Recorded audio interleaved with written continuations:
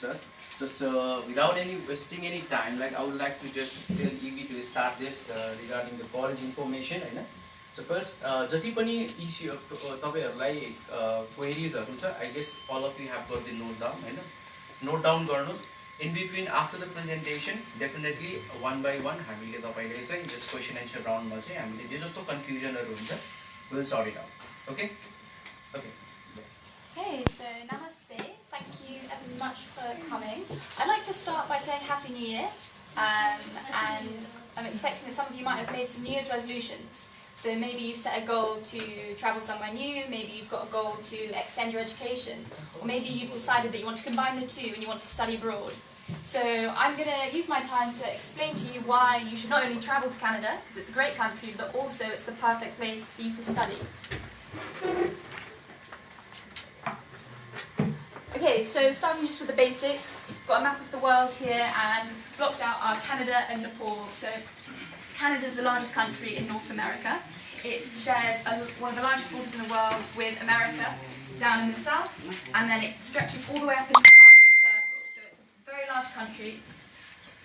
And Nepal over here in Central Asia, as you all know, this is where we are, and so the distance between the two is around 6,500 kilometres, so it's roughly a day's air travel.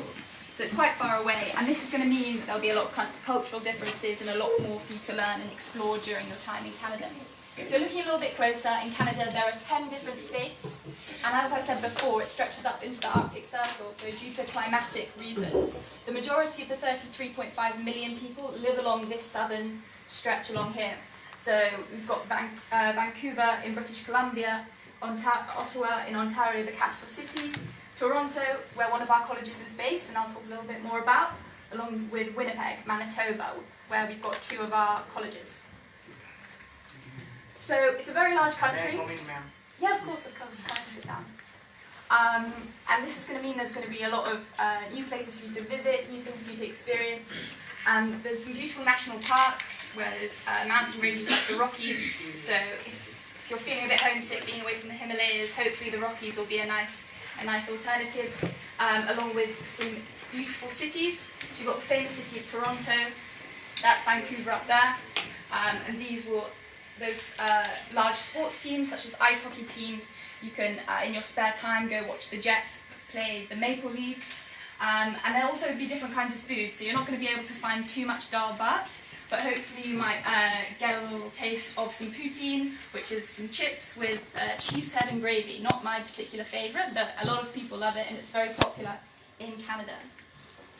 So why should you study here?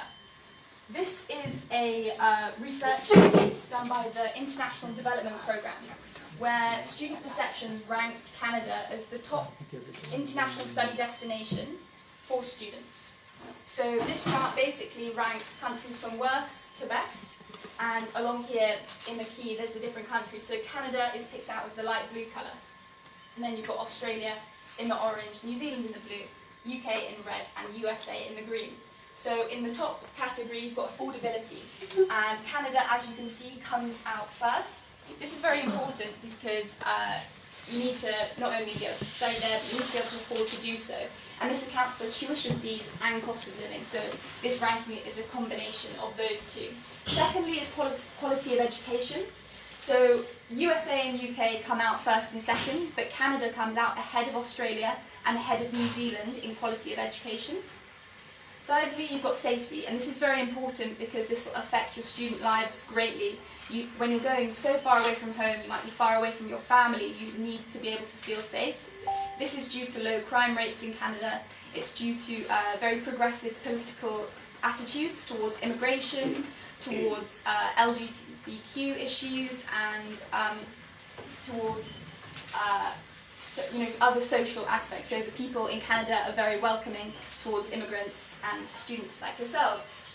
So next, Canada again comes out top in graduate employment opportunities. So should you be wanting to obtain a permanent residency, a graduate opportunity of employment is very important, and Canada has plenty of those. The economy in Canada is thriving and there are lots of jobs available.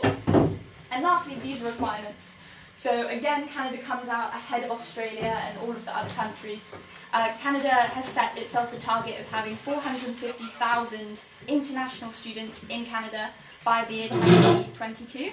So this means that they're going to be needing to get a lot more visas for international students. So again, it'll be easier for you to gain access and then easier again to get your permanent residency. And this research paper is backed up empirically. So since 2016, there's been a 22% increase in the number of international students. And in that year, there was 270,000 international students. Okay, so there are kind of 3 different routes to studying in Canada. The first being universities. So there are 120 universities in Canada. And this is not that great a number, so it's very competitive. And they also require very high attainment. So if you're averaging around 80%, then a university is a good option. But again, it's very, very expensive. The second option is a government college. There are 70 of these, so even more competitive. And again, you need higher attainment. But the competition for the government colleges is the biggest issue. And thirdly, you've got private colleges. And the colleges that I'm going to be talking about in a minute are all private colleges. There are over 500 of them in Canada, which means that they're highly more accessible than the other 2 options, and they're also a lot more affordable. So all of the courses that I'll talk about range from around 9,000 to 12,000 Canadian US dollars for a year's tuition. So why study in our colleges? The colleges shown here, we've got the European School of Aesthetics, the Commonwealth College, and the Liaison College. All of these colleges offer vocational courses, so they're oriented around the industry that you would then be looking to work in. Secondly, we've got small class sizes, so should you want to go study in a university, you'll probably be sat in a lecture theatre of maybe 200 or 300 other students, whereas in our colleges, you'll be sat in a classroom no bigger than this one, maybe 20 other students, or 20 to 1 is the student-to-teacher ratio. And lastly, we've got some exceptional professors, and all the instructors is highly professional, and they're all experts in their field. Okay, so the first college is the European School of Aesthetics, established in 1983, and it focuses on beauty and wellness, well-being, and there's a whole range of courses for if you're interested in medical science or nursing, healthcare, anything of the like. The one course I will talk about mostly, but as you can see there are other ones here, and you can see more on our website and in our brochures, but is the aesthetics course. So it's a 14-month course, and it basically teaches you across the board everything to do with beauty and wellness. So you'll have things like hair removal, makeup, becoming a nail technician, and all of these different skills will then set you up really well to perhaps become an assistant to a dermatologist in a hospital. You could be an entrepreneur and have your own nail shop, have your own makeup studio. As I said at the start, the reason to come to our colleges is because they're all vocational. So you don't just learn in a classroom, but you actually practice practically. You get to implement your skills whilst you're at our colleges, so that it's perfect for when you leave and go into the workforce. So the next college is the Commonwealth College. It's been running for over 30 years now, and it focuses in culinary arts. But again, there are also courses in hospitality, business accounting, and office administration. The main one I will talk about, though, is the Culinary Arts Programme, which is 16 months long, and like the aesthetics course, it covers like across the range everything you need to know to go into the culinary arts industry. So you won't just be learning about how to cook the food and the nutrition behind the food, but you'll also learn about the health and safety aspects, the food costings, menu design, so that should you not only want to be a chef, but you might want to start your own restaurant, you have those skills available to you. So it's a perfect course if you're anything interested in working in the hospitality industry, the restaurant industry, tourism. These are all very relevant industries if you want to work in culinary arts. These are two other courses in the Commonwealth College, but whilst you just have a look at that. The Aesthetics School and the Commonwealth College are both based in Manitoba. So this is a city that you might not have heard of. It's not as big as the likes of Toronto or Ottawa, but that's not a reason not to go there. Economically, it's got a very positive outlook going forward, so the unemployment rate is due to fall to 4% by the year 2021. And alongside, there's going to be 180,000 new jobs. So when you come to Manitoba to study, and then you're going to get a permanent residency, you'll be looking to stay in the same city. So it's very important that there are jobs available to you in the city. So Manitoba has got loads of jobs available should you want to get permanent residency there. Next is the Liaison College. It's not based in Manitoba or Winnipeg. It's in fact based in Toronto, Ontario. And we have 9 different campuses across the city. So should you want to live in the central area of Toronto or a bit more on the outskirts where it's a little bit quieter, you can decide that for yourself and make that happen. So again, this one focuses in culinary arts. And the Liaison College has had over 20,000 graduates since establishment. And it's also the largest producer of chefs in Ontario. So Ontario is one of the most populous states in the whole of Canada, and Liaison produces the highest number of chefs, which is quite an impressive feat. Also, our teacher, or one of our teachers, Michael Elliott, is the 3rd best in the top 100 instructors for culinary arts. So this just goes to reiterate that our teachers in our colleges are highly professional and experts in their field. So the Chef de Cuisine is one of the most popular courses, but if you're interested in working front of house, we also have hospitality courses. But the business administration one is the one I'll focus for this college. So business is a very popular course worldwide because it opens up so many different industries and teaches you such a wide range of skills. But our business administration course not only teaches you business, but entrepreneurship, marketing, accounting. So this opens up so many different roles that you could then go into and work in once you get your permanent residency. So business administration is a really good option for the Liaison College. So for all 3 of our colleges, alongside your selected course, your main course, you can opt to study an AEL, which is basically, alongside your course, you can study English. Should you want to perfect your English, perfect your grammar, increase your IELTS score, you can do this whilst you're studying. It's a really good option. It'll cost you a little bit more, but it enables you to make the most of your whole university experience and gain as many skills whilst you're in our colleges. It's very popular.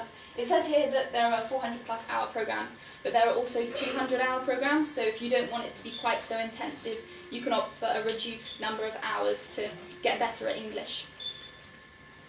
And how much is all of this going to cost you? So these costs are all averages, but should you want to be drinking champagne for breakfast and going partying every weekend, you'll need to up the numbers a little bit. But roughly, your shared accommodation will range between 7,000 to 9,000 Canadian US dollars. And when it says shared, it doesn't mean a shared bedroom, it's a shared bathroom and shared kitchen, but you will have your own bedroom. And then you've got utilities accounted for, transport, seasonal clothing, and entertainment. So this accounts for everything you should need to be paying for. And then the typical annual living cost will be around 12,000 Canadian US dollars.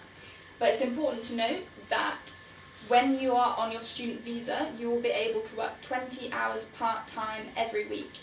And in Canada, there's a minimum wage of 14 Canadian US dollars per hour. Accounting for the fact that you get holidays during your year studying, in your holidays you can work full-time every week. So accounting for all of that, should you want to work the 20 hours, you'll roughly cover all of your annual living costs. So it's basically just your tuition fees that will need to be added on top of that and to be paid for. So that's about it from me. I think Killen's going to discuss more about the visas and academic aspects of courses. But thank you very much for listening.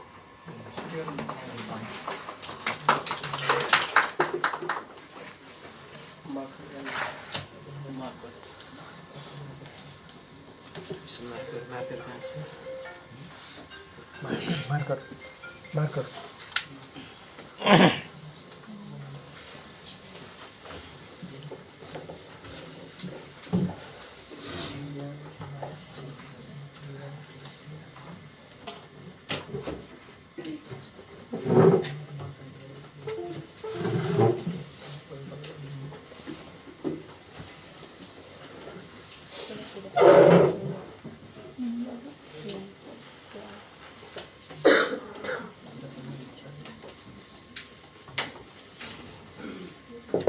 Good afternoon everyone, I am Chitwan and I am here to tell you briefly about what all institutes are there in Canada and how to get admissions over there.